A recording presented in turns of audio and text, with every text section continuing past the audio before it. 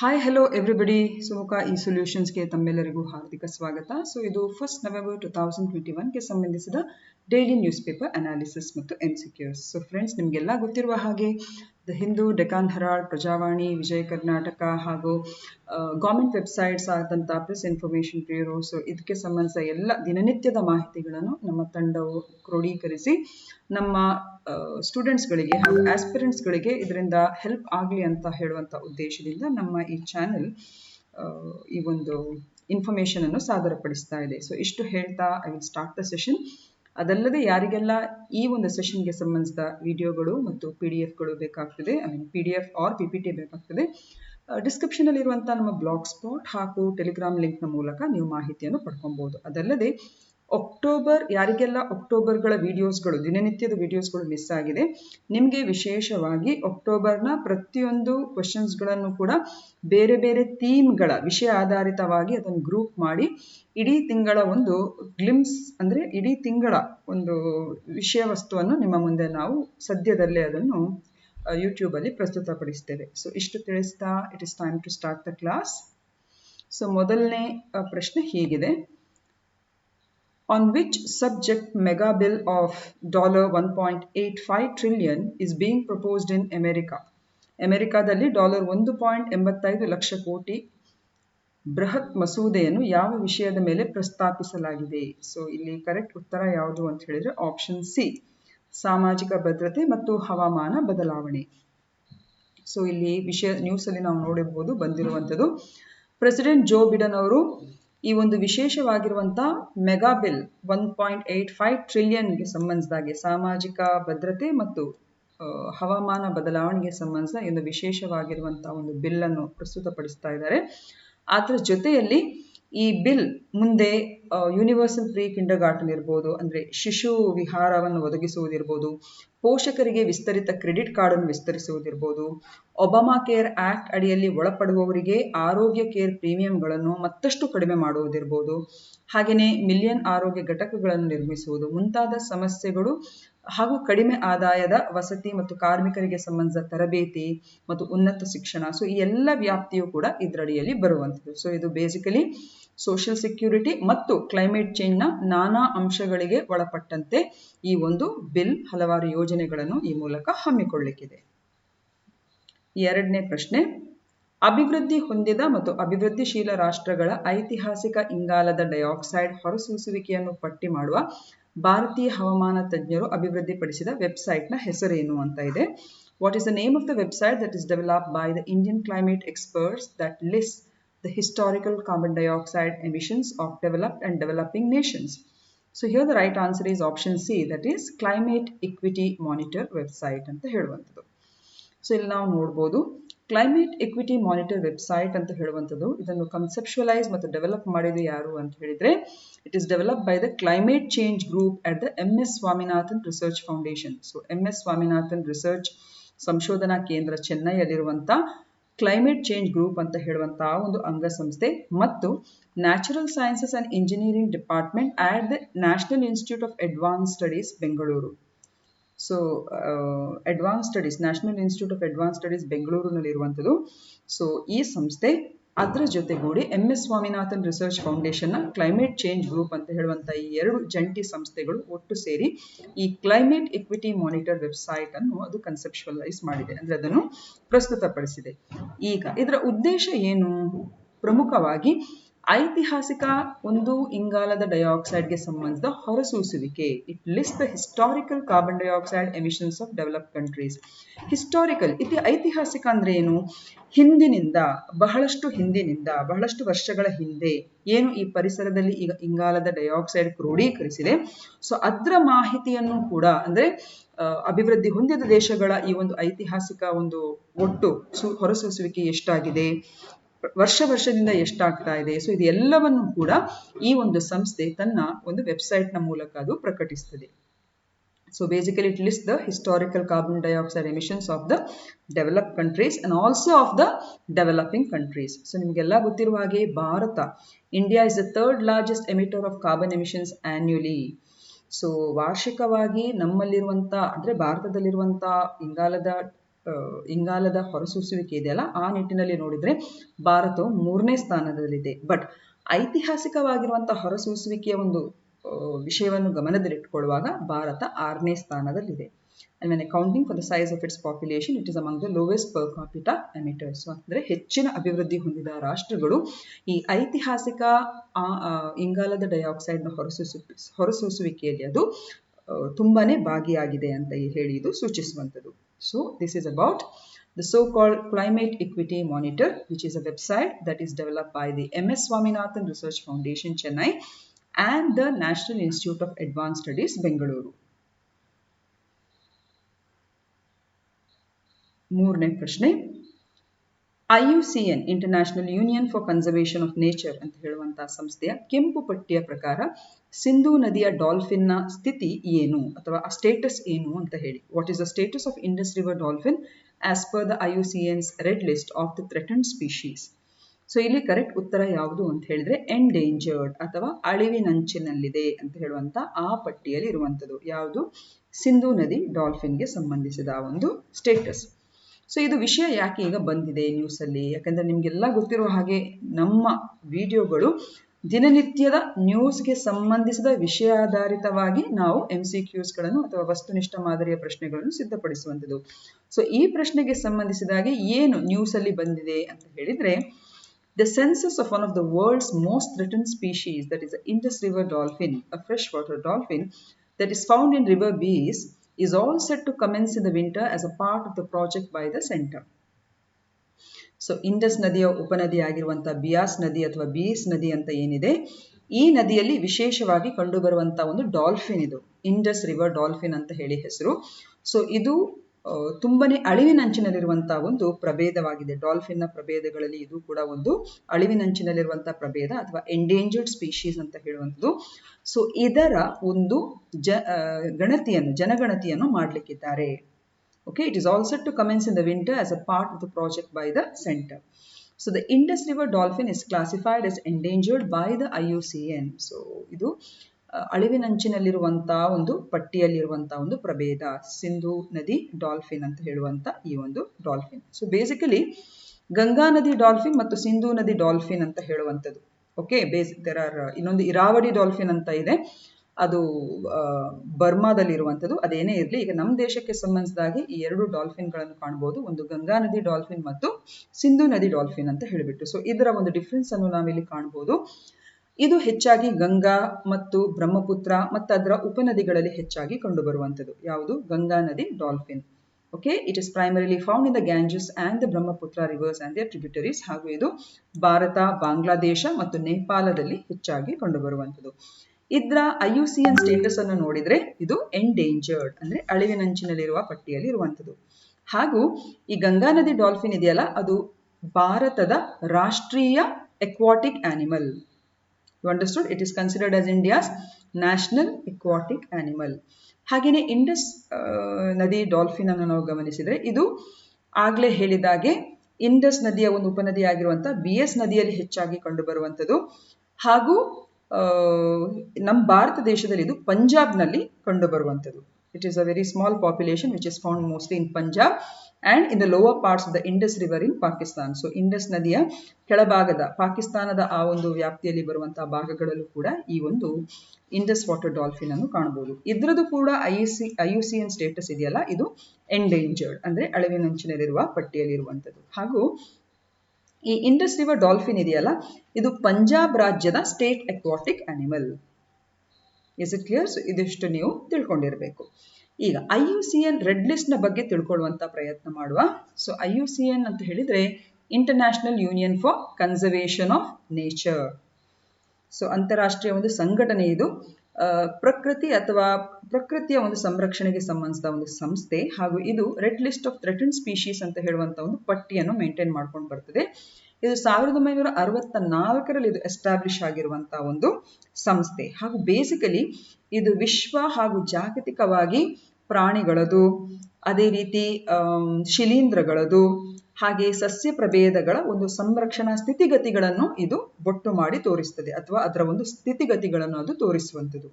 That is what it is called as a red list ಅಂತ ಹೇಳಿಬಿಟ್ಟು. So basically ಇದು ಕೆಲವೆಲ್ಲ ಕ್ರೈಟೀರಿಯಾಗಳ ಆಧಾರದ ಮೇಲೆ ಪ್ರತಿಯೊಂದು ಪ್ರಭೇದ ಒಂದು ಯಾವ ಪಟ್ಟಿಯಲ್ಲಿದೆ ಅಂತ ಹೇಳಿ ಅದು ರೆಕಗ್ನೈಸ್ ಮಾಡ್ತದೆ. ಸೊ ಹೆಚ್ಚಾಗಿ 9 ಪಟ್ಟಿಗಳಿದೆ IUCN ರೆಡ್ ಲಿಸ್ಟ್ ಅಲ್ಲಿ. ಸೊ ಎಕ್ಸ್ಟಿಂಕ್ಟ್ ಅಂತ ಹೇಳಿದ್ರೆ ಅದು ಅಳಿದು ಹೋಗಿದೆ ಅಂತ ಹೇಳಿ. ಎಕ್ಸ್ಟಿಂಕ್ಟ್ ಇನ್ ದ ವೈಲ್ಡ್ ಅಂತ ಹೇಳಿದ್ರೆ ನೈಸರ್ಗಿಕ ನಿಟ್ಟಿನ ಒಂದು ಪ್ರಾಕೃತಿಕ ವ್ಯವಸ್ಥೆಯಲ್ಲಿ ಆ ಪ್ರಭೇದ ನಾವು ಕಾಣುವ ಹಾಗೆ ಇಲ್ಲ, ಅಂದ್ರೆ ಅದು ಇನ್ನು ಕೆಲವೇ ವರ್ಷಗಳಲ್ಲಿ ಅದು ಅಳಿದು ಹೋಗ್ತದೆ ಅಂತ ಹೇಳುವಂಥದ್ದು. ಕ್ರಿಟಿಕಲಿ ಎಂಡೇಂಜರ್ಡ್ ಅಂತ ಹೇಳಿದ್ರೆ ತೀರಾ ಅಳಿವಿನಂಚಿನಲ್ಲಿರುವಂಥದ್ದು, ಅಂದ್ರೆ ಅದನ್ನು ಸರಿಯಾದ ರೀತಿಯಲ್ಲಿ ನಾವು ಸಂರಕ್ಷಣೆ ಮಾಡದೇ ಹೋದ್ರೆ ಖಂಡಿತವಾಗಿ ಅದು ಮುಂದೆ ಅದು ಅಳಿದು ಹೋಗಬಹುದು. ಎಂಡೇಂಜರ್ಡ್ ಅಂತ ಹೇಳಿದ್ರೆ ಅಳಿವಿನಂಚಿನಲ್ಲಿರುವಂಥದ್ದು. ಅದೇ ರೀತಿ ವಲ್ನರಬಲ್ ಅಂತ ಹೇಳಿದ್ರೆ ಇದು ದುರ್ಬಲ, ಅಂದ್ರೆ ಅಪಾಯದಲ್ಲಿದೆ ಅಂತ ಹೇಳುವಂಥದ್ದು, ದುರ್ಬಲ ಅಥವಾ ಅಪಾಯದಲ್ಲಿರುವಂತಹ ಒಂದು ಪಟ್ಟಿ. ಹಾಗೆಯೇ ನಿಯರ್ ಥ್ರೆಟನ್ಡ್ ಅಂತ ಹೇಳಿದ್ರೆ ಇದು ಕೂಡ ಅಪಾಯದಲ್ಲಿದೆ, ಅದನ್ನು ಸರಿಯಾದ ರೀತಿಯಲ್ಲಿ ಸಂರಕ್ಷಣೆ ಮಾಡದೆ ಹೋದೆ ಅದು ಆ ನಂತರ ದುರ್ಬಲ ಪಟ್ಟಿಗೆ ಸೇರಿ ಆ ನಂತರ ಅದು ಅಳಿವಿನಂಚಿನ ಪಟ್ಟಿಗೆ ಸೇರ್ಬೋದು. ಲೀಸ್ಟ್ ಕನ್ಸರ್ನ್ ಅಂತ ಹೇಳಿದ್ರೆ ಈ ಪ್ರಭೇದಕ್ಕೆ ಅಷ್ಟೇನು ರಿಸ್ಕ್ ಇಲ್ಲ, ಅಂದ್ರೆ ಹೆಚ್ಚಾಗಿ ಬಹುತೇಕ ಹೆಚ್ಚಿನ ಒಂದು ಸಂಖ್ಯೆಯಲ್ಲಿ ನಾವು ಇದನ್ನು ಕಾಣಬಹುದು. So it is wide spread and abundant ಅಂತ ಹೇಳುವಂತಹ ಒಂದು ಸಂಕೇತ ಇದು. ಡೇಟಾ ಡಿಫಿಷಿಯಂಟ್ ಅಂತ ಹೇಳಿದ್ರೆ ಆ ಪ್ರಭೇದವನ್ನು ಸರಿಯಾದ ರೀತಿಯಲ್ಲಿ ಮಾಪನ ಮಾಡಲಿಕ್ಕೆ ಅಥವಾ ಸ್ಟೇಟಸ್ ಅನ್ನು ಕೊಡ್ಲಿಕ್ಕೆ ಸರಿಯಾದ ದತ್ತಾಂಶ ಇಲ್ಲದೆ ಇರುವಂಥದ್ದು. ನಾಟ್ ಇವ್ಯಾಲ್ಯುವೇಟೆಡ್ ಅಂತ ಹೇಳಿದ್ರೆ ಯಾವುದಾವುದೋ ಒಂದು ಪ್ರಾಣಿ, ಸಸ್ಯ ಅಥವಾ ಶಿಲೀಂಧ್ರ ಯಾವುದೇ ಪ್ರಭೇದವನ್ನು ಇನ್ನೂ ಕೂಡ ಈ ಒಂದು ಇವ್ಯಾಲ್ಯುಯೇಷನ್ ಪಟ್ಟಿಯಲ್ಲಿ ಇನ್ಕ್ಲೂಡ್ ಮಾಡಲಿಲ್ಲ ಅಂತ ಹೇಳಿಬಿಟ್ಟು. ಈಗ ನಮಗೆ ಇಲ್ಲಿ ತುಂಬಾನೇ ಇಂಪಾರ್ಟೆಂಟ್, ಪರೀಕ್ಷಾ ದೃಷ್ಟಿಯಲ್ಲಿ ಹೆಚ್ಚಾಗಿ ವೆರಿ ಇಂಪಾರ್ಟೆಂಟ್ ಯಾವುದು ಅಂತ ಹೇಳಿದ್ರೆ ಈ 4, that is critically endangered, vulnerable and near threatened. So ಇದು ಇದರ ಸಂರಕ್ಷಣೆ ಇದಲ್ಲ, ಇದು ನಮ್ಮ ಕೈಯಲ್ಲಿ ಇರುವಂಥದ್ದು. ಸೊ ಇದಕ್ಕೆ ಬೇಕಾಗುವ ರೀತಿಯಲ್ಲಿ ಉಪಕ್ರಮಗಳನ್ನು ಅಂದ್ರೆ ಇನಿಷಿಯೇಟಿವ್ಸ್ಗಳು, ನ್ಯಾಷನಲ್ ಪಾರ್ಕ್ಸ್ ಇರ್ಬೋದು, ಸ್ಯಾಂಕ್ಚುರೀಸ್ ಇರ್ಬೋದು, ಸೊ ಸಂರಕ್ಷಣಾ ವಿಧಾನಗಳನ್ನು ಅನುಸರಿಸಿಕೊಂಡು ನಾವು ಇದರ ಒಂದು ಸಂರಕ್ಷಣೆಯನ್ನು ಮಾಡಿಕೊಳ್ಳುವಂಥದ್ದು. ಸೊ ಹೀಗಿರ್ತದೆ ನೋಡಿ. ಸೊ ನಮ್ಮ ಗಂಗಾ ನದಿ ಡಾಲ್ಫಿನ್ ಮತ್ತು ಸಿಂಧು ನದಿ ಡಾಲ್ಫಿನ್ ಅಂತ ಹೇಳುವಂಥದ್ದು ಅದು ಎಂಡೇಂಜರ್ಡ್ ಪಟ್ಟಿಯಲ್ಲಿ ಇರುವಂಥದ್ದು, ಅಂದ್ರೆ ಅದನ್ನು ಸರಿಯಾದ ರೀತಿಯಲ್ಲಿ ಸಂರಕ್ಷಣೆ ಮಾಡ್ಲಿಕ್ಕೆ ಹೋಗದಿದ್ರೆ ಅದು ಕ್ರಿಟಿಕಲಿ ಎಂಡೇಂಜರ್ಡ್ ಆಗ್ತದೆ. ಕ್ರಿಟಿಕಲಿ ಎಂಡೇಂಜರ್ಡ್ ಇರುವಂಥದ್ದನ್ನು ಸರಿಯಾದ ಸಂರಕ್ಷಣೆ ಮಾಡದಿದ್ರೆ ಅದು ಎಕ್ಸ್ಟಿಂಕ್ಟ್ ಇನ್ ದ ವೈಲ್ಡ್ ಆಗ್ತದೆ, ಆ ನಂತರ ಅದು ಪೂರ್ತಿಯಾಗಿ ನಶಿಸಿ ಹೋಗ್ತದೆ. ಓಕೆ, 4ನೇ ಪ್ರಶ್ನೆ, ಭಾರತ ಸರ್ಕಾರವು ಯಾವ ವರ್ಷದೊಳಗೆ ಟಿಬಿಯನ್ನು ತೊಡೆದು ಹಾಕಲು ಯೋಜಿಸಿದೆ? In which year or by which year Indian government has plans to eliminate tuberculosis? So ಇಲ್ಲಿ ಕರೆಕ್ಟ್ ಉತ್ತರ ಯಾವುದು ಅಂತ ಹೇಳಿದ್ರೆ 2025. ಸೊ ಇದು ಯಾಕೆ ನ್ಯೂಸ್ ಅಲ್ಲಿ ಬಂದಿದೆ ಅಂತ ಹೇಳಿದ್ರೆ, ಇದು ನ್ಯೂಸ್ ಸೆಂಟ್ರಲ್ ಟೀಮ್, ಓಕೆ, ಒಂದು ಸೆಂಟ್ರಲ್ ಟ್ಯೂಬರ್ಕ್ಯುಲೋಸಿಸ್ ಟೀಮ್ ಎಂಬುದು ಇತ್ತೀಚೆಗೆ ಹಾವೇರಿ ಜಿಲ್ಲೆಗೆ ಭೇಟಿಯಾದಂತಹ ಸಂದರ್ಭದಲ್ಲಿ ಈ ಟಿಬಿಯನ್ನು ಡಿಟೆಕ್ಷನ್ ಮಾಡುವಂಥದ್ದು ಅಥವಾ ಅದನ್ನು ಪತ್ತೆ ಹಚ್ಚುವಂತ ಒಂದು ಪ್ರಕ್ರಿಯೆಯಲ್ಲಿ ಒಂದು ಲೋಪದೋಷವನ್ನು ಅದು ಕಂಡು ಹಿಡಿದಿದೆ. ಸೊ ಸೆಂಟ್ರಲ್ ಟೀಮ್ ಏನ್ ಮಾಡಿದೆ ಅಂತ ಹೇಳಿದ್ರೆ, ಆ ಜಿಲ್ಲೆಯಲ್ಲಿ 443 ಹೆಲ್ತ್ ಫೆಸಿಲಿಟೀಸ್ ಇವೆ ಟಿಬಿಗೆ ಸಂಬಂಧಿಸಿದಾಗೆ, ಆದರೆ 76 ಮಾತ್ರ ಸರಿಯಾದ ಅಂಕಿಅಂಶಗಳನ್ನು ಕೊಡ್ತಾ ಇದ್ದಾರೆ ಟಿಬಿ ಕೇಸಸ್ಗೆ ಸಂಬಂಧಿಸಿದ ದತ್ತಾಂಶಕ್ಕೆ ಸಂಬಂಧಿಸಿದಾಗೆ ಅಂತ ಹೇಳಿಬಿಟ್ಟು.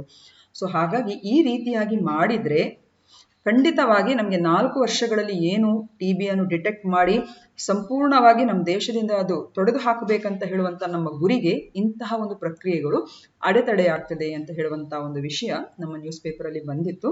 ಸೊ ಹಾಗಾಗಿ ಭಾರತ ತನ್ನ ನ್ಯಾಷನಲ್ ಸ್ಟ್ರಾಟಜಿಕ್ ಪ್ಲಾನ್ ನ ಆಧಾರದಲ್ಲಿ ಟಿಬಿ 2020-25 ಅಂತ ಹೇಳುವಂತ ಒಂದು ಗೋಲ್ ಅನ್ನು ಸೆಟ್ ಮಾಡಿಕೊಂಡು ಸರಿಸುಮಾರು 2025 ಒಳಗೆ ಟಿಬಿ ನಮ್ಮ ದೇಶದಿಂದ ಸಂಪೂರ್ಣವಾಗಿ ನಿರ್ಮೂಲನ ಆಗಬೇಕು ಅಂತ ಹೇಳುವಂತ ಒಂದು ಗುರಿಯನ್ನು ಹೊಂದಿದೆ. ಸೊ ಈ ಕ್ಷಯ ರೋಗ ಅಥವಾ ಟ್ಯೂಬರ್ಕ್ಯುಲೋಸಿಸ್ ಅಂತ ಹೇಳುವಂಥದ್ದು ಇದೊಂದು ಸಾಂಕ್ರಾಮಿಕ ರೋಗವಾಗಿದ್ದು, ಇದು ಬ್ಯಾಕ್ಟೀರಿಯಾ ಮೈಕೋಬ್ಯಾಕ್ಟೀರಿಯಂ ಟ್ಯೂಬರ್ಕ್ಯುಲೋಸಿಸ್ ಇಂದ ಹರಡುವಂತಹ ಒಂದು ರೋಗ. ಇದು ಬೇಸಿಕಲಿ ಇದು ಪಲ್ಮನರಿ ಟಿಬಿ ಅಂತ ಕೂಡ ಕರೀತಾರೆ, ಯಾಕಂದ್ರೆ ಈ ಒಂದು ಬ್ಯಾಕ್ಟೀರಿಯಾ ಏನು ನಮ್ಮ ಶ್ವಾಸಕೋಶಕ್ಕೆ ಅದು ಸೋಂಕನ್ನು ಉಂಟು ಮಾಡ್ತದೆ ಹಾಗೂ ಆನಂತರ ಇತರ ಅಂಗಾಂಗಗಳಿಗೂ ಕೂಡ ಅದು ಪಸರ್ತದೆ. ಸೊ ಬೇಸಿಕ್ ಆಗಿ ಇದು ವ್ಯಕ್ತಿಯಿಂದ ವ್ಯಕ್ತಿಗೆ ಗಾಳಿ ಮೂಲಕ ಹರಡುವಂತಹ ಒಂದು ರೋಗ. ಹೆಚ್ಚಾಗಿ ಸೀನುವಾಗ ಅಥವಾ ಕೆಮ್ಮುವಾಗ ಆ ರೋಗಿಯ ದೇಹದೊಳಗಿರುವಂತಹ ಈ ಒಂದು ಬ್ಯಾಕ್ಟೀರಿಯಾಗಳು ಆ ನಂತರ ಇತರರಿಗೂ ಕೂಡ ಅದು ಹರಡುವಂಥದ್ದು. ಸೊ ಇಲ್ಲಿ ನಾವು ನೆನ್ಪಿಟ್ಕೊಳ್ಬೇಕು, ಟಿಬಿ ಎಲಿಮಿನೇಷನ್ ಪ್ಲಾನ್ ನಮ್ಮ ಇಂಡಿಯಾಕ್ಕೆ ಸಂಬಂಧಿಸಿದಾಗೆ ಗುರಿ ಹಾಕೊಂಡಿರೋದು ಬೈ 2025. ಸೊ ಇದರ ಬಗ್ಗೆ ನಾವು ಹಿಂದಿನ ದಿನಗಳ ವಿಡಿಯೋಗಳಲ್ಲಿ ಚರ್ಚೆ ಮಾಡಿದ್ದು ನಿಮಗೆ ನೆನಪಿದೆಯಾ ಇಲ್ವಾ ಗೊತ್ತಿಲ್ಲ. ಸೊ ನಮ್ಮ ದೇಶದಲ್ಲಿ ನಾವು 2025ಗೆ ಒಂದು ಡೆಡ್ ಲೈನ್ ಅನ್ನು ಇಟ್ಕೊಂಡಿದ್ದೇವೆ ಟಿಬಿ ನಿರ್ಮೂಲನೆ ಮಾಡುವುದಕ್ಕೆ ಸಂಬಂಧಿಸಿದಾಗೆ. ಆದರೆ ಟಿಬಿ ಕೇಸಸ್ಗಳು ಅಥವಾ ಟಿಬಿ ಸಂಬಂಧಿತ ಸಾವು ಪ್ರಕರಣಗಳು ನಮ್ಮ ದೇಶದಲ್ಲಿ ಇವಾಗ ಜಾಸ್ತಿ ಆಗ್ತಾ ಇದ್ದೇವೆ. 2020 ಹೆಚ್ಚು ಜನರು ಸಾವನ್ನಪ್ಪಿದ್ದಾರೆ TBಯಿಂದ 2019ಗೆ ಹೋಲಿಸಿದ್ರೆ. ಸೊ ಹಾಗಾಗಿ ಇದನ್ನು ಸರಿಯಾದ ರೀತಿಯಲ್ಲಿ ಟ್ಯಾಕಲ್ ಮಾಡಬೇಕು ಅಂತ ಹೇಳಬೇಕು. ಇಲ್ಲದಿದ್ರೆ TBಯನ್ನು 2025ರ ಒಳಗೆ ನಿರ್ಮೂಲನ ಮಾಡುವುದು ನಮ್ಮ ದೇಶದಲ್ಲಿ ತುಸು ಕಷ್ಟ ಆಗ್ಬಹುದು ಅಂತ ಇದು ತೋರಿಸುವಂಥದ್ದು. 5ನೇ ಪ್ರಶ್ನೆ, 11ನೇ ಶತಮಾನದ ಕಲ್ಲೇಶ್ವರ ದೇವಾಲಯವು ಯಾವ ಜಿಲ್ಲೆಯಲ್ಲಿದೆ? 11th century Kalleshwara temple, the temple that is built in the 11th century is in which district ಅಂತ ಇದೆ ಕರ್ನಾಟಕದು. So here the right answer is option C, that is it is in Vijayanagara. So ಇದು ಯಾಕೆ ನ್ಯೂಸ್ ಅಲ್ಲಿ ಬಂದಿದೆ ಅಂತ ಹೇಳಿದ್ರೆ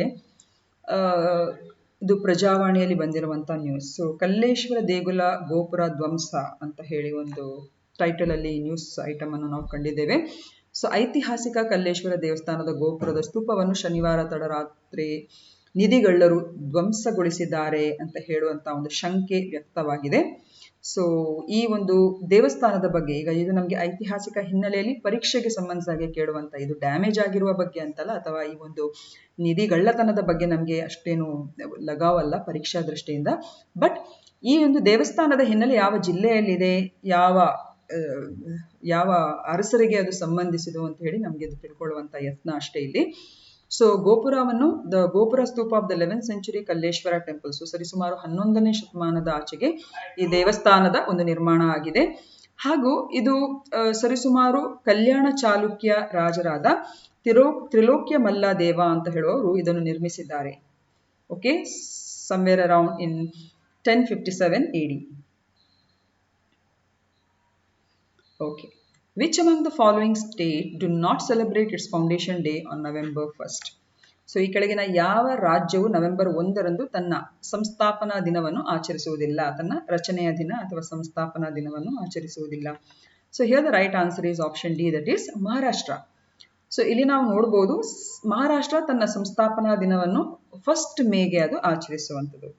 ಅದಲ್ಲದೆ ಬಾಕಿ ಎಲ್ಲ ರಾಜ್ಯಗಳು ಅಂತ ಹೇಳಿದ್ರೆ ಆಂಧ್ರ ಪ್ರದೇಶ, ಛತ್ತೀಸ್ಗಢ, ಹರಿಯಾಣ, ಕರ್ನಾಟಕ, ಕೇರಳ, ಮಧ್ಯಪ್ರದೇಶ, ಸೊ ಒಟ್ಟು 6 ರಾಜ್ಯಗಳು ತಮ್ಮ ಸಂಸ್ಥಾಪನಾ ದಿನವನ್ನು ನವೆಂಬರ್ 1ರಂದು ಆಚರಿಸ್ತವೆ. ಯಾಕಂತ ಹೇಳಿದ್ರೆ ಪ್ರೆಸ್ ಇನ್ಫಾರ್ಮೇಶನ್ ಬ್ಯೂರೋ ಅಲ್ಲಿ ನಮ್ಮ ದೇಶದ ಪ್ರಧಾನಿಯವರು ಈ ಎಲ್ಲ ರಾಜ್ಯಗಳಿಗೂ ಕೂಡ ತಮ್ಮ ಸಂಸ್ಥಾಪನಾ ದಿನದಂದು ಹಾರ್ದಿಕ ಶುಭಕಾಮನೆಗಳನ್ನು ಸಲ್ಲಿಸಿದ್ದಾರೆ ಸರ್ಕಾರಕ್ಕೆ. ಓಕೆ, ಸೊ ಕರ್ನಾಟಕಕ್ಕೆ ನಾವು ಕರ್ನಾಟಕ ರಾಜ್ಯೋತ್ಸವ ಅಂತ ಹೇಳುವಂಥದ್ದು. So you have to remember this: Andhra Pradesh, Chhattisgarh, Haryana, Karnataka, Kerala and Madhya Pradesh. Tamil Nadu ಕೂಡ ನವೆಂಬರ್ 1ಕ್ಕೆ ತನ್ನ ಸಂಸ್ಥಾಪನಾ ದಿನವನ್ನು ಹಿಂದೆ ಆಚರಿಸ್ತಾ ಇತ್ತು. ಆದರೆ ಪ್ರಸಕ್ತ ರಾಜ್ಯ ಸರ್ಕಾರ ಏನ್ ಮಾಡಿದೆ ಅಂತ ಹೇಳಿದ್ರೆ ಆ ಡೇಟ್ ಅನ್ನು ಜುಲೈ 18ಕ್ಕೆ ಚೇಂಜ್ ಮಾಡಿದೆ. ಯಾಕೆ 18ಕ್ಕೆ ಚೇಂಜ್ ಮಾಡಿದೆ? ಇಲ್ಲದಿದ್ದರೆ ತಮಿಳುನಾಡು ಕೂಡ ಈ ಪಟ್ಟಿಯಲ್ಲೇ ಬರ್ತಾ ಇತ್ತು. ಸೊ ಯಾಕೆ ಜುಲೈ 18ಗೆ ಅಂತ ಚೇಂಜ್ ಮಾಡಿದೆ ಅಂತ ಹೇಳಿದ್ರೆ, ಆ ದಿನದಂದು July 18th is a day on which Madras was renamed as Tamil Nadu. So Madras ಪ್ರಾಂತ್ಯ ಅಂತ ಇದ್ದಂತಹ ಪ್ರಾಂತ್ಯಕ್ಕೆ ತಮಿಳುನಾಡು ಅಂತ ಹೆಸರು ಸೂಚಿಸಿರುವಂಥದ್ದು ಜುಲೈ 18 ಆಗಿರುವ ಕಾರಣ ಅವರು ಜುಲೈ 18ಅನ್ನು ತಮ್ಮ ಸಂಸ್ಥಾಪನಾ ದಿನ ಅಂತ ಹೇಳಿ ಆಚರಿಸ್ತಾರೆ. ಸೊ ಇಲ್ಲಿ ನಾವು ನೋಡ್ಬೋದು, ರಾಜ್ಯ ಮರು ಸಂಘಟನಾ ಆಯೋಗದ ಒಂದು ಶಿಫಾರಸಿನಂತೆ 1956ರಲ್ಲಿ 14 ರಾಜ್ಯಗಳು ಮತ್ತು 6 ಕೇಂದ್ರಾಡಳಿತ ಪ್ರದೇಶಗಳ ಒಂದು ಕ್ರಿಯೇಷನ್ ಆಗಿತ್ತು. ಸೊ 14 ರಾಜ್ಯಗಳ ಪಟ್ಟಿ ಇಲ್ಲಿದೆ. ಅದರಲ್ಲಿ ನಮ್ಮ ಕರ್ನಾಟಕ ಕೂಡ ಇದೆ, ಮೈಸೂರು ಅಂತ ಹೇಳುವಂಥದ್ದು ಇಲ್ಲಿ ನಾವು ನೋಡ್ಬೋದು. ಅದೇ ರೀತಿ 6 ಕೇಂದ್ರಾಡಳಿತ ಪ್ರದೇಶಗಳು. ಸೊ ಇಲ್ಲಿ ನಾವು ನೋಡ್ಬೋದು chronology of the states bifurcation in India after 1956. So 1960ರಲ್ಲಿ Bombay state was split into Maharashtra and Gujarat. ಅದೇ ರೀತಿ 1963ರಲ್ಲಿ ನಾಗಾಲ್ಯಾಂಡ್ ಆಸಾಂನಿಂದ ಅದು ರೂಪುಗೊಂಡಿತು. ಹಾಗೆಯೇ 1966ರಲ್ಲಿ ಪಂಜಾಬ್ ರಾಜ್ಯದಿಂದ ಹರಿಯಾಣ ಮತ್ತು ಹಿಮಾಚಲ್ ಪ್ರದೇಶ್. ಹಾಗೆಯೇ 1972ರಲ್ಲಿ ಮೇಘಾಲಯ, ಮಣಿಪುರ ಮತ್ತು ತ್ರಿಪುರದ was formed. They were formed and Sikkim became a part of the Indian Union. ಹಾಗೆಯೇ 1987ರಲ್ಲಿ ಗೋವಾ ಮತ್ತು ಅರುಣಾಚಲ್ ಪ್ರದೇಶಕ್ಕೆ ರಾಜ್ಯತ್ವವು ಸಿಕ್ಕಿತು. ಹಿಂದೆ ಅದು ಕೇಂದ್ರಾಡಳಿತ ಪ್ರದೇಶ ಅಂತ ಹೇಳಿ ಗುರುತಿಸಿಕೊಂಡಿತ್ತು. ಹಾಗೆಯೇ 2000ರಲ್ಲಿ ಉತ್ತರಾಂಚಲ್ ಉತ್ತರ ಪ್ರದೇಶದಿಂದ, ಬಿಹಾರದಿಂದ ಜಾರ್ಖಂಡ್ ಹಾಗೂ ಮಧ್ಯಪ್ರದೇಶದಿಂದ ಛತ್ತೀಸ್ಗಢ ರೂಪುಗೊಂಡಿತ್ತು. ಈಗ ಆನಂತರ ಆಂಧ್ರ ಪ್ರದೇಶದಿಂದ ತೆಲಂಗಾಣವು ಕೂಡ ರೂಪುಗೊಂಡಿತ್ತು. When it was eventually created in 2014, it became India's 29th state. ಇದಿಷ್ಟು ನಿಮ್ಮ ಮಾಹಿತಿಗೆ. 7ನೇ ಪ್ರಶ್ನೆ, ಅಣೆಕಟ್ಟಿನ ರೂಲ್ ಕರ್ವ್ ಎಂದರೇನು? What is the rule curve of a dam, ಇದನ್ನು ಕೂಡ ಕಳೆದ ವಿಡಿಯೋಗಳಲ್ಲಿ ನಾವು ತುಂಬ ಬಾರಿ ಇದನ್ನು ಪ್ರಸ್ತಾಪಿಸಿದ್ದೇವೆ ಹಾಗೂ ಇದ್ರ ಬಗ್ಗೆ ಡೀಟೇಲ್ಡ್ ಆಗಿ ಅನಾಲಿಸಿಸ್ ಕೂಡ ಮಾಡಿದ್ದೇವೆ. So rule curve of a dam ಅಂತ ಹೇಳಿದ್ರೆ it is also a very important concept. It specifies the storage or empty space to be maintain in a dam during the different times of a year. So ಒಂದೊಂದು ಅಣೆಕಟ್ಟು ಅಂತ ಹೇಳಿದ್ರೆ ಅದರ ರಚನೆ ಇರ್ಬೋದು, ಅದರ ಐತಿಹಾಸಿಕ ಹಿನ್ನೆಲೆ ಇರ್ಬೋದು, ಅದರ ಹಿನ್ನೆಲೆ ಇರ್ಬೋದು, ಅದರ ಕನ್ಸ್ಟ್ರಕ್ಷನ್ ಮೆಟೀರಿಯಲ್ ಇರ್ಬೋದು, ಅದರ ಟೈಪ್ ಆಫ್ ಡ್ಯಾಮ್ ಇರ್ಬೋದು, whether it is a gravity dam R any other dam. So ಹಾಗಾಗಿ ಅವೆಲ್ಲವನ್ನು ಪರಿಗಣಿಸಿಕೊಂಡು ಅದಕ್ಕೊಂದು ರೂಲ್ ಕರ್ವ್ ಅಂತ ಇಟ್ಕೊಂಡಿರ್ತಾರೆ. ಅಂದ್ರೆ ಬೇಸಿಗೆ ಕಾಲ, ಮಳೆಗಾಲ, ಯಾವೆಲ್ಲ ಕಾಲಗಳಲ್ಲಿ ಹೆಚ್ಚುವರಿಯಾದಂಥ ಒಂದು ನಿಗದಿತವಾದಂಥ ಒಂದು ಲೆವೆಲ್ಗೆ ಅನುಗುಣವಾಗಿ ನೀರಿನ ಮೇಂಟೆನೆನ್ಸ್ ಮಾಡ್ಕೊಬೇಕು. ಸೊ ಅದು ತಲುಪಿದ ನಂತರ ಆ ನೀರನ್ನು ಬೇರೆ ಬೇರೆ ರೀತಿಯ ಇರಿಗೇಷನ್ ಇರ್ಬೋದು, ಇದಕ್ಕೆಲ್ಲ ಅವರು ರಿಲೀಸ್ ಮಾಡುವಂಥದ್ದು. ಸೊ ಅಣೆಕಟ್ಟಿನ ರೂಲ್ ಕರ್ವ್ ಅಂತ ಹೇಳುವಂಥದ್ದು ಅದು ತುಂಬಾನೇ ಇಂಪಾರ್ಟೆಂಟ್ ಆಸ್ಪೆಕ್ಟ್ ಒಂದು ಅಣೆಕಟ್ಟಿಗೆ.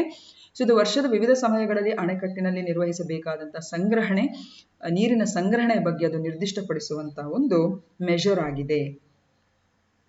ಸೊ ರೂಲ್ ಕರ್ವ್ ಅಂತ ಹೇಳಿದ್ರೆ ವರ್ಷದ ವಿವಿಧ ಸಮಯಗಳಲ್ಲಿ ಜಲಾಶಯದಲ್ಲಿ ನಿರ್ವಹಿಸಬೇಕಾದಂಥ ನೀರಿನ ಸಂಗ್ರಹಣೆ ಅಥವಾ ಖಾಲಿ ಜಾಗವನ್ನು ಅದು ನಿರ್ದಿಷ್ಟಪಡಿಸುವಂಥದ್ದು. ಹಾಗೆ ಇದು ಜಲಾಶಯದಲ್ಲಿನ ಏರಿಳಿತದ ಶೇಖರಣಾ ಮಟ್ಟವನ್ನು ಇದು ನಿರ್ಧರಿಸುತ್ತದೆ. ಅಣೆಕಟ್ಟಿನ ಗೇಟ್ ತೆರೆಯುವ ವೇಳಾಪಟ್ಟಿ ರೂಲ್ ಕರ್ವ್ ಅನ್ನು ಆಧರಿಸಿದೆ. ಇದು very important.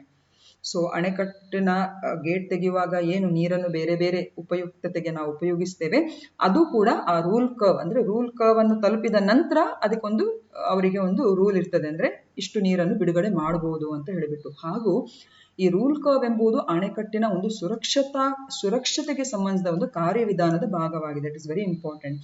The rule curve of each and every dam is different. ಒಂದೊಂದು ಡ್ಯಾಮ್ಗೆ ಒಂದೊಂದು ರೀತಿಯ ರೂಲ್ ಕರ್ವ್ ಇರ್ತದೆ. ಯಾಕಂದ್ರೆ ಅದರ ಒಂದು ವ್ಯಾಪ್ತಿ ಇರ್ಬೋದು, ಅದರ ಕನ್ಸ್ಟ್ರಕ್ಷನ್ ಮೆಟೀರಿಯಲ್ ಇರ್ಬೋದು. ಸೊ ಇವೆಲ್ಲವನ್ನು ಆಧರಿಸಿಕೊಂಡು ಅದರ ಏಜ್ ಕೂಡ ಅಷ್ಟೇ. ಬಹಳಷ್ಟು ಪುರಾತನವಾದಂತಹ ಅಣೆಕಟ್ಟುಗಳು ಅಂತ ಹೇಳಿದ್ರೆ ಅದರ ರೂಲ್ ಕರ್ವ್ ಅನ್ನು ತಕ್ಕ ಮಟ್ಟಿಗೆ ಅದನ್ನು ರೆಡ್ಯೂಸ್ ಮಾಡ್ಕೊಳ್ತಾ ಬರಬೇಕು, ಹೌದಾ ಅಲ್ವಾ? ಸೊ ಹಾಗಾಗಿ ಯಾಕಂದ್ರೆ ತುಂಬಾ ಹೊರೆ ಕೊಡ್ಲಿಕ್ಕೆ ಆಗೋದಿಲ್ಲ ಅಣೆಕಟ್ಟುಗಳಿಗೆ. 200-300 ವರ್ಷ ಹಿಂದ್ಗಡೆನ ಡ್ಯಾಮ್ ಅಂತ ಹೇಳಿದ್ರೆ ಆ ಹಿಂದಿನ ರೂಲ್ ಕರ್ವ್ ಅನ್ನೇ ಫಾಲೋ ಮಾಡ್ಲಿಕ್ಕೆ ಆಗೋದಿಲ್ಲ. ಸೊ ಅದೇ ಸಮಸ್ಯೆ ಈಗ ಮುಲ್ಲಾ ಪೆರಿಯಾರ್ ಡ್ಯಾಮ್ ಅಲ್ಲಿ ನಾವು ಕಾಣ್ತಾ ಇರುವಂತದ್ದು. ಸೊ ಅದೇನೇ ಇರಲಿ, ಸೊ ರೂಲ್ ಕರ್ವ್ ಕೂಡ ಒಂದು ಅಣೆಕಟ್ಟಿನ ಸುರಕ್ಷತೆಗೆ ಸಂಬಂಧಿಸಿದಾಗಿ ಅದು ತುಂಬಾ ಇಂಪಾರ್ಟೆಂಟ್ ಆಗಿರುವಂತಹ ಒಂದು ಕಾನ್ಸೆಪ್ಟ್ ಆಗಿದೆ. ಸೊ ಇಲ್ಲಿ ನಾವು ನೋಡ್ಬೋದು, ಇದನ್ನು ನಾವು ನ್ಯೂಸ್ ಅಲ್ಲಿ ಯಾಕೆ ಹಾಕಿದ್ದೇವೆ ಅಂತ ಹೇಳಿದ್ರೆ, ಅಗ್ರಿಕಲ್ಚರಲ್ ಮಿನಿಸ್ಟರ್ ಪಿ ಪ್ರಸಾದ್ ಅವರು ಮುಲ್ಲಾ ಪೆರಿಯಾರ್ ಡ್ಯಾಮ್ ಅದು ಈಗ ತುಂಬಾನೇ ಒಂದು ವಿವಾದದಲ್ಲಿದೆ ಕೇರಳ ಮತ್ತು ತಮಿಳುನಾಡಿನ ಮಧ್ಯೆ. ಸೊ ಅಲ್ಲಿನ ಕೇರಳದ ಮಿನಿಸ್ಟರ್ ಆಗಿರುವಂತಹ water resources minister Roshy Augustine ಜೊತೆ ಅವರಲ್ಲಿ ಭೇಟಿ ನೀಡಿ ರೂಲ್ ಕರ್ವ್ ಲೆವೆಲ್ ಅಂತ ಹೇಳುವಂತ ಆ ಒಂದು ಡ್ಯಾಮಿಗೆ ಏನು ಫಿಕ್ಸ್ ಮಾಡಿದ್ದಾರೆ ನಮ್ಮ ಸೆಂಟ್ರಲ್ ವಾಟರ್ ಕಮಿಷನ್ ಅವರು, ಅದನ್ನು ಸರಿಯಾದ ರೀತಿಯಲ್ಲಿ ಮೇಂಟೈನ್ ಮಾಡಲಿಲ್ಲ ಅಂತ ಹೇಳಿ ಅವರು ಕೇಂದ್ರಕ್ಕೆ ವರದಿಯನ್ನು ಸಲ್ಲಿಸಿದ್ದಾರೆ. Rule curve level fixed by the panel is not maintained, says the minister. You understood? So ಹಾಗಾಗಿ ತಮಿಳುನಾಡು ಮತ್ತು ಕೇರಳಕ್ಕೆ ಸಂಬಂಧಿಸಿದ ಈ ಒಂದು ತಗಾದೆ ಇನ್ನೂ ಕೂಡ ಸರಿಯಾದ ರೀತಿಯಲ್ಲಿ ಬಗೆಹರಿಸಬೇಕು. ಅದಲ್ಲದೆ ಸುಪ್ರೀಂ ಕೋರ್ಟ್ ಕೂಡ ನಿರ್ದೇಶನ ಕೊಟ್ಟಿದೆ. ಇದು ಒಂದು ಜನರ ಸುರಕ್ಷತೆಗೆ ಸಂಬಂಧಿಸಿದಾಗಿರುವಂತಹ ಒಂದು ಪ್ರಶ್ನೆಯಾಗಿದೆ. ಇಲ್ಲಿ ಎಲ್ಲೂ ಕೂಡ ರಾಜಕೀಯ ನಡೆಸುವಂತಿಲ್ಲ ಅಂತ ಹೇಳುವಂತಹ ಒಂದು ನಿರ್ದಿಷ್ಟ ಸ್ಪೆಸಿಫಿಕೇಶನ್ಸ್ ಅನ್ನು ಸುಪ್ರೀಂ ಕೋರ್ಟ್ ಕೂಡ ಕೊಟ್ಟಿದೆ. ಸೊ ಇಲ್ಲಿ ನಾವು ನೋಡಬಹುದು, ಇದಕ್ಕೆ ಸಂಬಂಧಿಸಿದ ಡೀಟೇಲ್ಡ್ ವಿವರಣೆ ನಮ್ಮ ವಿಡಿಯೋ ಮುಲ್ಲಾ ಪೆರಿಯಾರ್ ಡ್ಯಾಮ್ ನ ಬಗ್ಗೆ 27ನೇ ಅಕ್ಟೋಬರ್ನ ವಿಡಿಯೋದಲ್ಲಿ ನೀಟಾಗಿ ನಾವು ಕೊಟ್ಟಿದ್ದೇವೆ. ಸೊ ಆಸಕ್ತರು ಆ ವಿಡಿಯೋವನ್ನು ವೀಕ್ಷಿಸಿ ಹೆಚ್ಚಿನ ವಿಚಾರ ಅಥವಾ ವಿವರಗಳನ್ನು ಪಡ್ಕೊಬಹುದು. ಓಕೆ, ಸೊ ಇದು ಇಷ್ಟು. ಅದಲ್ಲದೆ ಕೊನೆಯದಾಗಿ 66 ಸಾಧಕರಿಗೆ ರಾಜ್ಯೋತ್ಸವ ಪ್ರಶಸ್ತಿ ಬಂದಿದೆ. ಸಾಹಿತಿ ಡಾಕ್ಟರ್ ಕೃಷ್ಣ ಕೋಲಾರ್ ಕುಲಕರ್ಣಿ, ಚಿತ್ರನಟ ದೇವರಾಜ್, ಟೆನ್ನಿಸ್ ಆಟಗಾರ ರೋಹನ್ ಬೋಪಣ್ಣ, ದೇವದಾಸಿಯರ ಪುನರ್ವಸತಿಗಾಗಿ ಕೆಲಸ ಮಾಡುವಂತಹ ಬೆಳಗಾವಿ ಜಿಲ್ಲೆಯ ಅಥಣಿಯ ಬಸವಪ್ರಭು ಲಕ್ಷ್ಮಗೌಡ ಪಾಟೀಲ್, ವಿಧಾನ ಪರಿಷತ್ ಸದಸ್ಯ ಪ್ರೊಫೆಸರ್ ಪಿ ವಿ ಕೃಷ್ಣಭಟ್ ಸೇರಿದಂತೆ 66 ಮಂದಿಯನ್ನು ಪ್ರಸಕ್ತ ವರ್ಷದ ಕರ್ನಾಟಕ ರಾಜ್ಯೋತ್ಸವ ಪ್ರಶಸ್ತಿಗೆ ಆಯ್ಕೆ ಮಾಡಲಾಗಿದೆ. ಓಕೆ, ಅದಲ್ಲದೆ ಹಾಸ್ಯ ಕಲಾವಿದ ಗಂಗಾವತಿ ಪ್ರಾಣೇಶ್, ನೀರಾವರಿ ತಜ್ಞ ಕ್ಯಾಪ್ಟನ್ ರಾಜರಾವ್, ರಂಗಭೂಮಿ ಕಲಾವಿದ ಪ್ರಕಾಶ್ ಬೆಳವಾಡಿ, ಯಕ್ಷಗಾನ ಕಲಾವಿದ ಗೋಪಾಲಾಚಾರ್ಯ, ಪತ್ರಕರ್ತ ಪಟ್ನಂ ಅನಂತ ಪದ್ಮನಾಭ, ಯಾದಗಿರಿ ನಗರಸಭೆಯ ಪೌರಕಾರ್ಮಿಕ ಮಹಿಳೆ ರತ್ನಮ್ಮ ಶಿವಪ್ಪ ಬಬ್ಲಾದ ಪುರಸ್ಕೃತರ ಪಟ್ಟಿಯಲ್ಲಿ ಇದ್ದಾರೆ. ಅಂದ್ರೆ ಈ ಒಂದು ಟೋಟಲ್ ಪಟ್ಟಿಯಲ್ಲಿದ್ದಾರೆ ಅಂತ ಹೇಳಿ ಇವರ ಎಡಿಷನಲ್ ಹೆಸರನ್ನು ನಾನಿಲ್ಲಿ ಹೇಳಿರುವಂತದ್ದು. ಇದಿಷ್ಟು ಇವತ್ತಿನ ಒಂದು MCQs ಗಳಿಗೆ ಸಂಬಂಧಿಸಿದ ಅಥವಾ ಸುದ್ದಿ ವಿಚಾರಗಳಿಗೆ ಸಂಬಂಧಿಸಿದ MCQsಗಳು. ನಾಳೆ ಇನ್ನಷ್ಟು ಹೊಸ ವಿಷಯಗಳೊಂದಿಗೆ ಮತ್ತೆ ಹಾಜರಾಗ್ತೇನೆ ಅಂತ ಹೇಳ್ತಾ, ವಿಡಿಯೋ ಇಷ್ಟ ಆದರೆ ಖಂಡಿತವಾಗಿ ಲೈಕ್ ಮಾಡಿ ಹಾಗೂ ಇತರರೊಟ್ಟಿಗೆ ಶೇರ್ ಮಾಡಿ ಅಂತ ಹೇಳ್ತಾ ಇವತ್ತಿನ ಸೆಷನ್ ಅನ್ನು ಇಲ್ಲೇ ಮುಕ್ತಾಯಗೊಳಿಸ್ತೇನೆ. Thank you for watching.